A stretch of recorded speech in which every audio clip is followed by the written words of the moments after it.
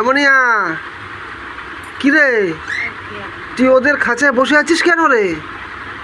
হ্যাঁ, তুই কি ডিম দিবি নাকি? তোর কি চিন্তা ভাবনা?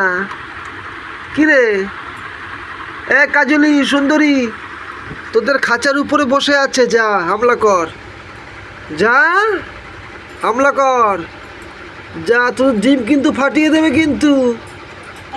হুম, তোদের ডিম কিন্তু ফাটিয়ে দেবে বলে দিলাম, খুব সাবধান। যা যা, শীঘ্রই যা, শীঘ্রই যা, যা যা যা যা, শীঘ্রই যা।